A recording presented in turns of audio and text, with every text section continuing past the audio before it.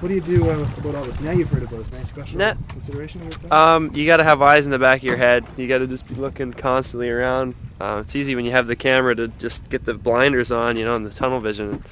It's really dangerous when there's net lingering around like that. I've gotten snarled up in net before, and it's a dangerous place to be in when you're in this kind of water depth. You only have a very short supply of air. You know, you don't have a whole lot of time to detangle yourself, and the number one thing I would say if you ever do get tangled in a net is you have to remain totally calm and move very slow.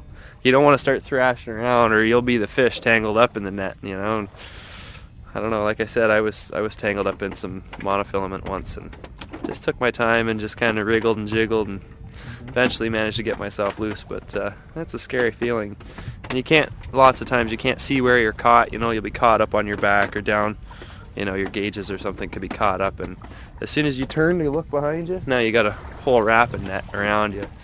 And I guess this is trawl net, which isn't quite as bad as that really thin monofilament like fishing line, but it's still really dangerous, and you got to just be always just looking around you and making sure you're well aware of your surroundings at all times. It's always good to have a pair of scissors. They're just like medical shears. A lot of people call them bone cutters. Every hockey team's got one of these in their first aid kit, and usually find them in first aid kits and stuff, and they'll cut right through wire and net and whatever. So lots of guys carry a good sharp knife, but a knife isn't always the best thing for cutting net because you almost need two hands. You almost have to grab the net and cut with the rope or with a knife.